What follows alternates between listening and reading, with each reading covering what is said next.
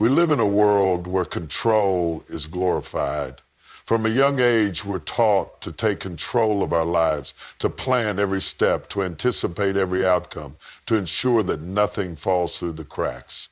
Society tells us that the more we control, the more successful we'll be.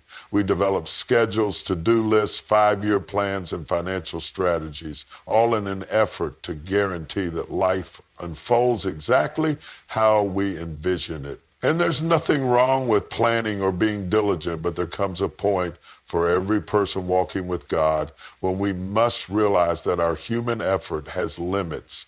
There are situations that arise, circumstances that evolve, and challenges that appear, things that are beyond what we can control, beyond what we can fix, and certainly beyond what we can understand. And it is in those moments, in the face of uncertainty, where surrender becomes not just a concept, but a necessity. You see, surrender isn't about giving up. It's about recognizing that there is a higher power, a divine wisdom, a strength that supersedes your own. Surrender is when you reach the end of yourself and find the beginning of God's grace, His mercy, and His power. It's that place where you say, Lord, I don't have the strength to fix this on my own. I don't have the insight to understand what's happening. I don't have the control I thought I had, but I trust you to handle what I cannot. We struggle with surrender because we are conditioned to believe that if we're not in control, things will fall apart. We fear that if we're not managing every detail, something will go wrong.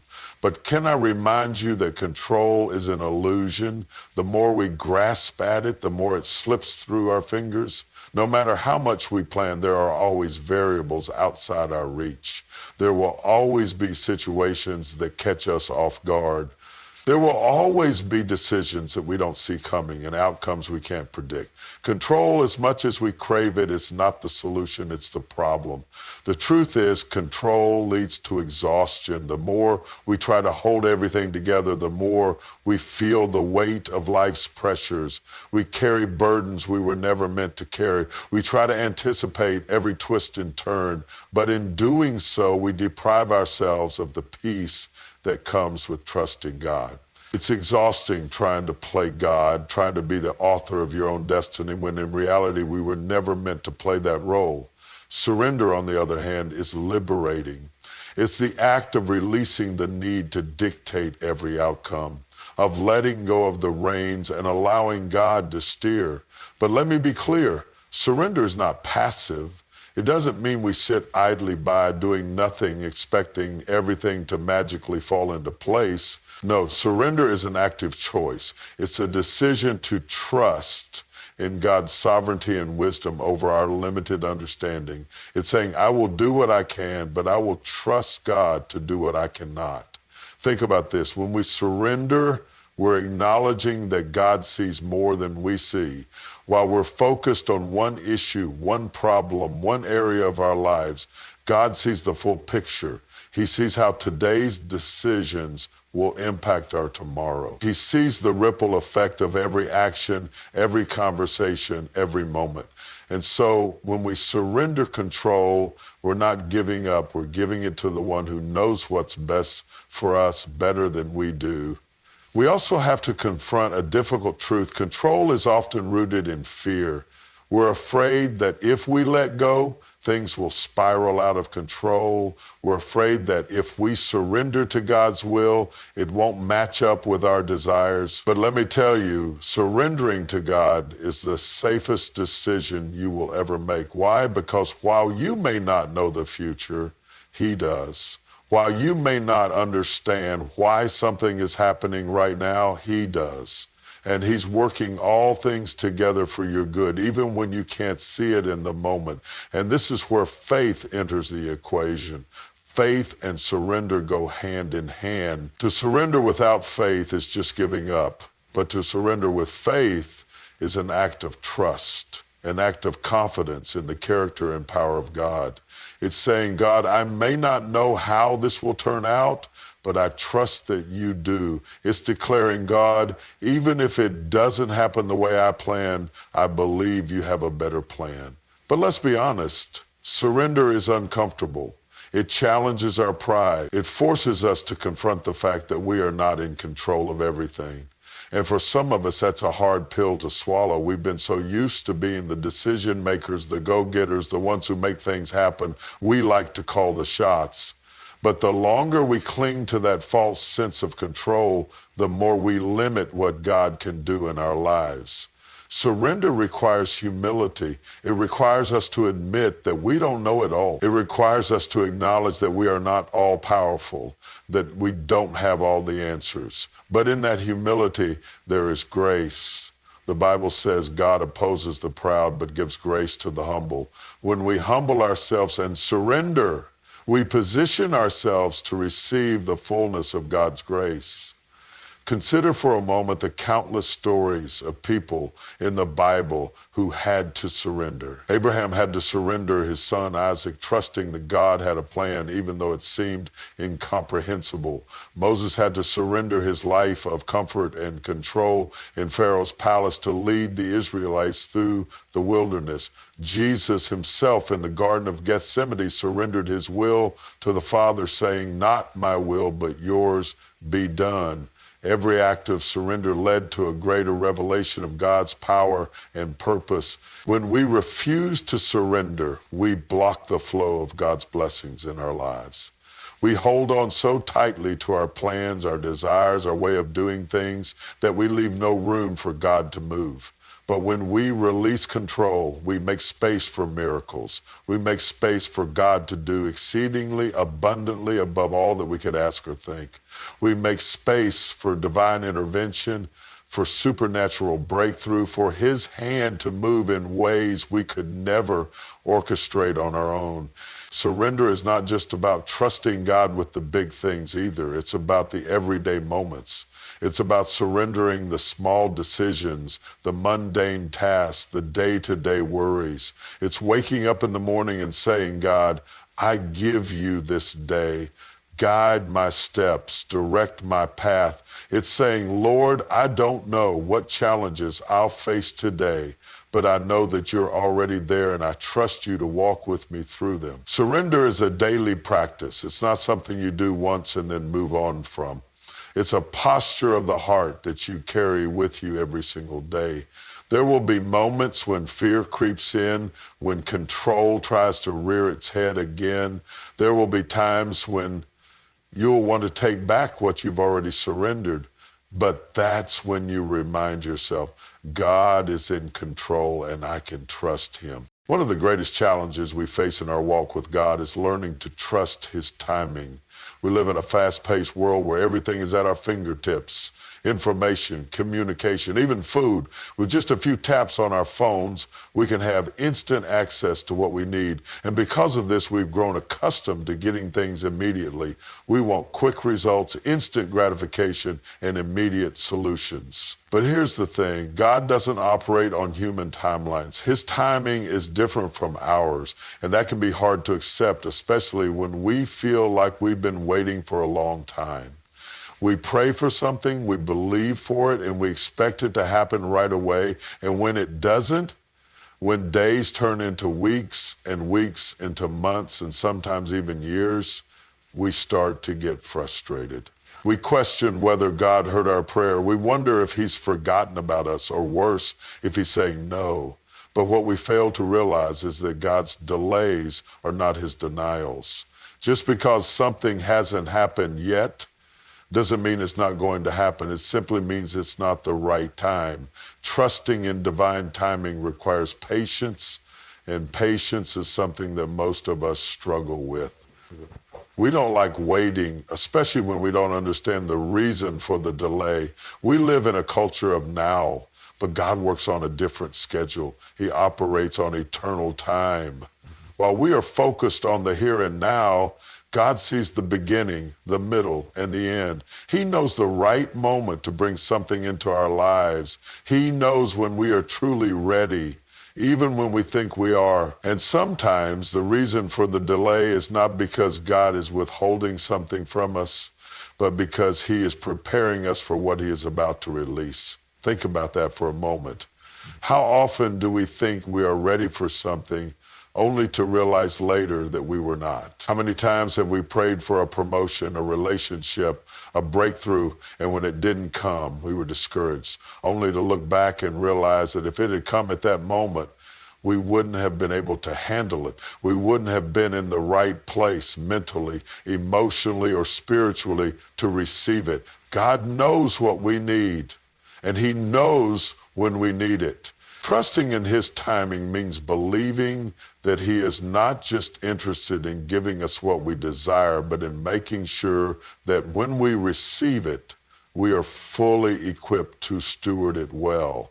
Sometimes the delay is not a sign of God's absence, but a sign of His preparation. He is molding us, shaping us, pruning us, and strengthening us in the waiting period. We may not see it, but He is working behind the scenes, orchestrating things in our favor, aligning people, circumstances, and events to ensure that when the blessing comes, we are ready for it.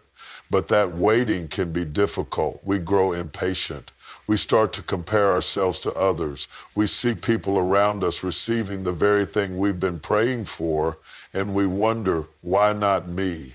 Why are they getting what I've been asking for? Why is God answering their prayers and not mine? But what we don't realize is that everyone's journey is different. Just because someone else is walking in their season of harvest doesn't mean that God has forgotten about your season. Your time is coming.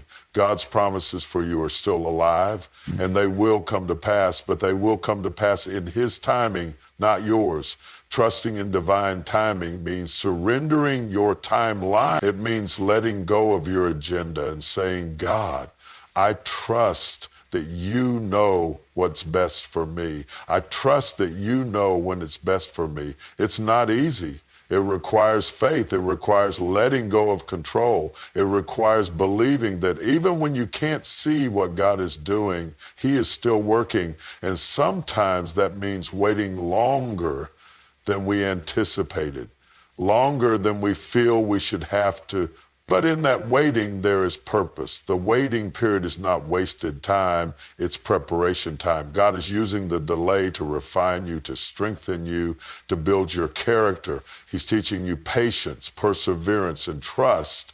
He's developing qualities in you that you will need for the very thing you are praying for. Because here's the truth. Sometimes the greatest lessons we learn are not in the receiving, but in the waiting. It's in the waiting that we learn to trust God at a deeper level. It's in the waiting that we develop the kind of faith that is not dependent on what we see, but on who God is. And let's be honest, if everything we prayed for came immediately, would we even appreciate it? Would we value it in the same way? Would we be as grateful? There is something about the process of waiting that deepens our appreciation for the blessing when it finally arrives. There's something about walking through the valley, through the uncertainty, through the not knowing, that makes the fulfillment of the promise all the more sweet. When we've waited, when we've endured, when we've trusted God in the silence, the blessing carries more weight, more meaning, and more significance. Divine timing also teaches us to rely on God's wisdom. Sometimes we think we know what's best for us, but the truth is we don't. We see things from a limited perspective while God sees the whole picture. There may be things we desire that are not in our best interest, and in His mercy, God holds them back. Or there may be things we are praying for that we're not yet ready to receive. Trusting in God's timing means acknowledging that He knows us better than we know ourselves. It's recognizing that His plans are better, His ways are higher, and His thoughts are wiser. There's a beautiful story in the Bible that illustrates this truth. In the book of Genesis, we read about Joseph, a young man who had a dream from God. He saw himself in a position of great authority, ruling over others. But after receiving that dream, Joseph's life didn't immediately go in the direction he expected. Instead of stepping into his destiny right away, he was sold into slavery by his brothers, falsely accused by his master's wife, and thrown into prison. Years went by, and it seemed like the dream would never come to pass. But Joseph never lost faith in God's timing. He trusted that God was working even in the most difficult and confusing circumstances. And after years of waiting, after enduring hardship and trial, Joseph was finally elevated to a position of authority, second only to Pharaoh. He became the very leader he had dreamed of being. But the timing was perfect. If Joseph had stepped into that role any sooner, he wouldn't have been ready. The waiting had prepared him. The years of suffering and patience had molded him into the man he needed to be to fulfill God's plan. The same is true for us. We may have dreams, desires, and prayers that we are waiting on, and the waiting may feel long, even unbearable at times. But God is not slow in keeping his promises. He is faithful. And just as he brought Joseph's dream to fulfillment, he will bring yours to fulfillment as well. It may not happen on your timetable, but it will happen on God's. And when it does, it will be right on time. We must also remember that divine timing is not just about us. Sometimes God is working out details in the lives of others before he brings about the fulfillment of our own prayers. There may be people who need to be positioned, circumstances that need to align, or hearts that need to be prepared before God can release the blessing. We don't always see what's happening behind the scenes, but God is orchestrating things in ways we could never imagine. Trusting in divine timing means believing that God's plan is not just about you, it's about his greater purpose. There's a verse in the Bible that says, trust in the Lord with all your heart and lean not on your own understanding. In all your ways acknowledge him and he will direct your paths. That's one of those scriptures that we can quote, we can say it, we can even teach it, but living it, walking it out daily, that's a whole different story, because as human beings, we naturally lean on what we know. We lean on our own understanding because that's what feels secure to us. We lean on what we've been taught, on what we can rationalize, on what we can figure out. We trust what we can see, what we can touch, what we can analyze, what we can predict. But the truth is, there are times when our understanding falls short. Our human wisdom, as vast as it might seem in our own eyes, is limited, it's flawed, it's incomplete. But God's wisdom is infinite, perfect, and beyond anything we can comprehend. Think about that for a moment. God's wisdom is not confined to time. He's not just dealing with today's problems or today's concerns.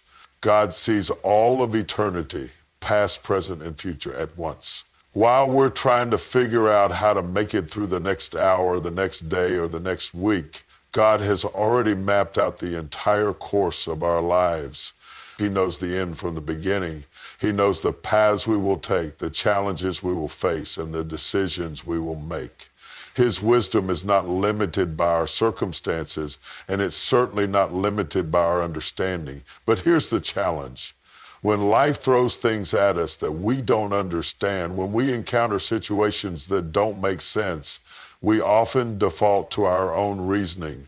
We try to make sense of it with our limited perspective, and when we can't, we start to question God. Why did this happen? Why didn't this work out? Why am I going through this?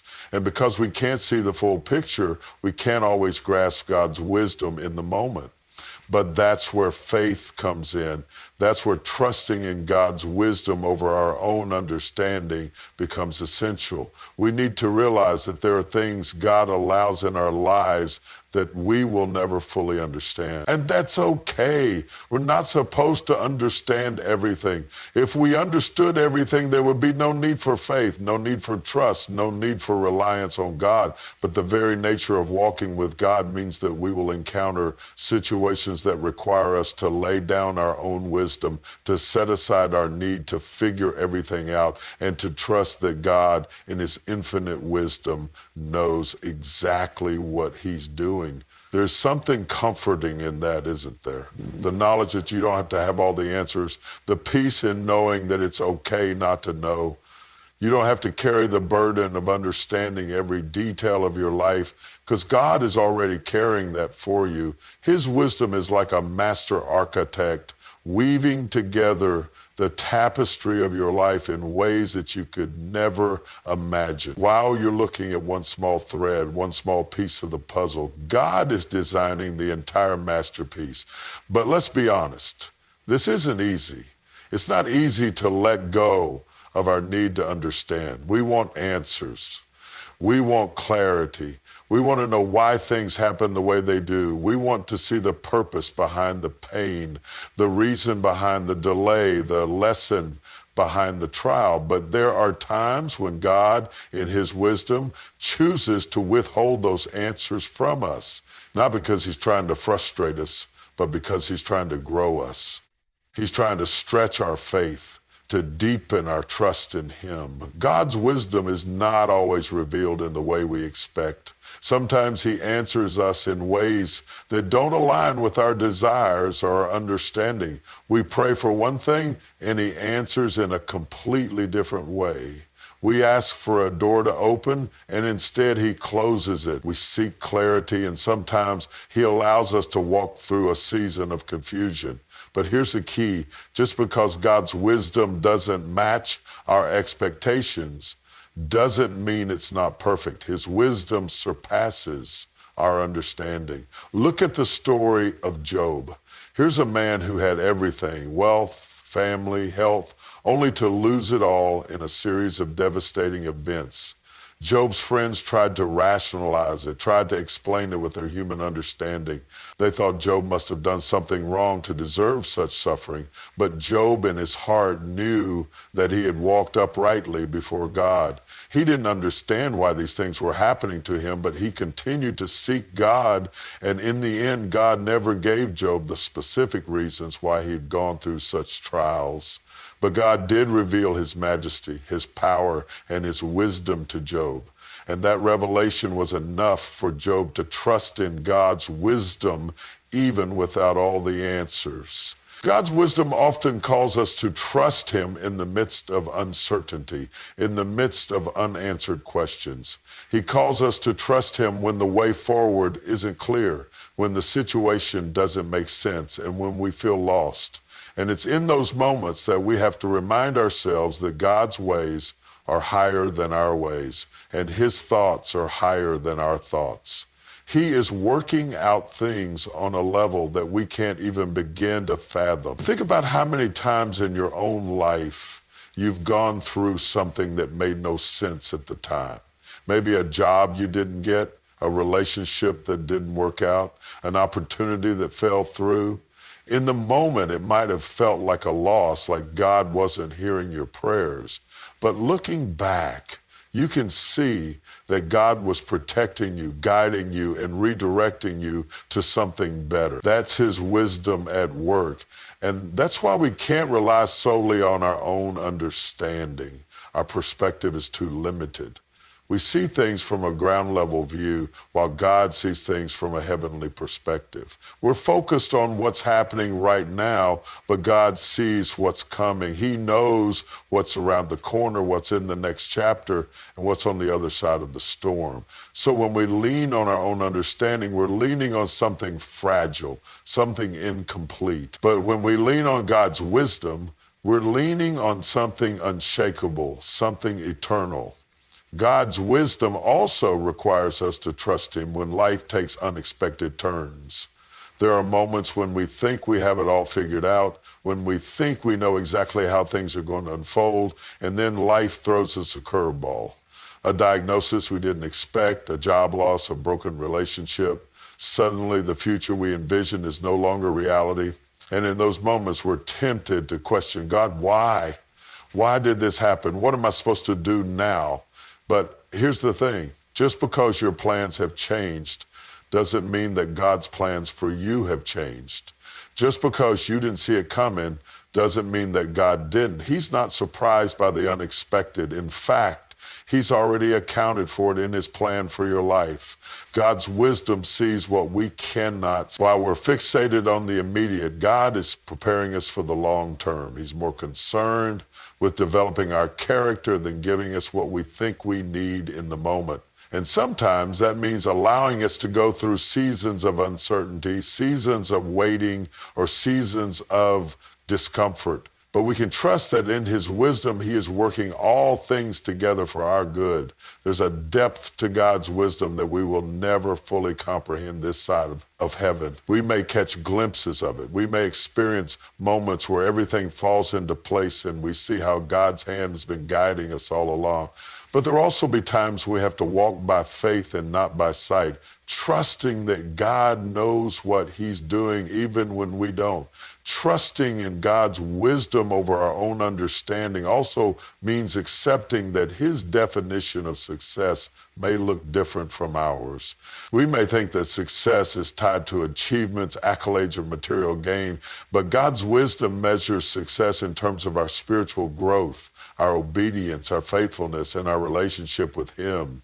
What may look like a failure in human terms could very well be a victory in God's eyes. What we perceive as a setback may actually be a setup for something greater that we can't see yet.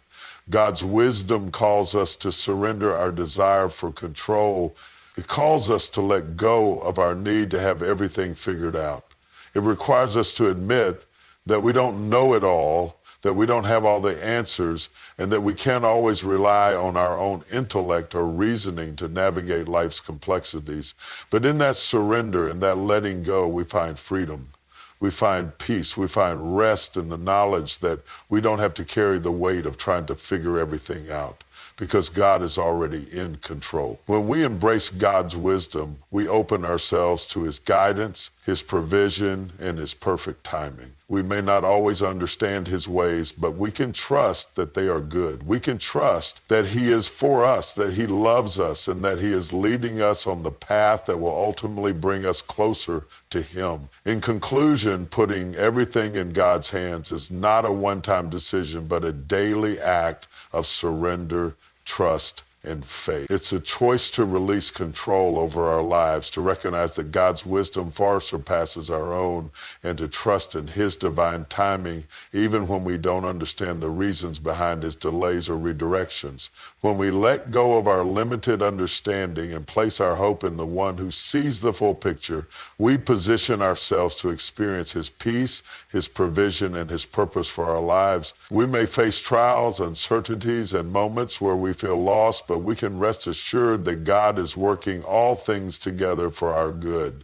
His wisdom, his timing, and his plans are perfect. So let's choose every day to put everything, our dreams, our worries, our challenges, and our future into his capable hands, trusting that he will lead us, guide us, and bring us into the fullness of his promise in his perfect way.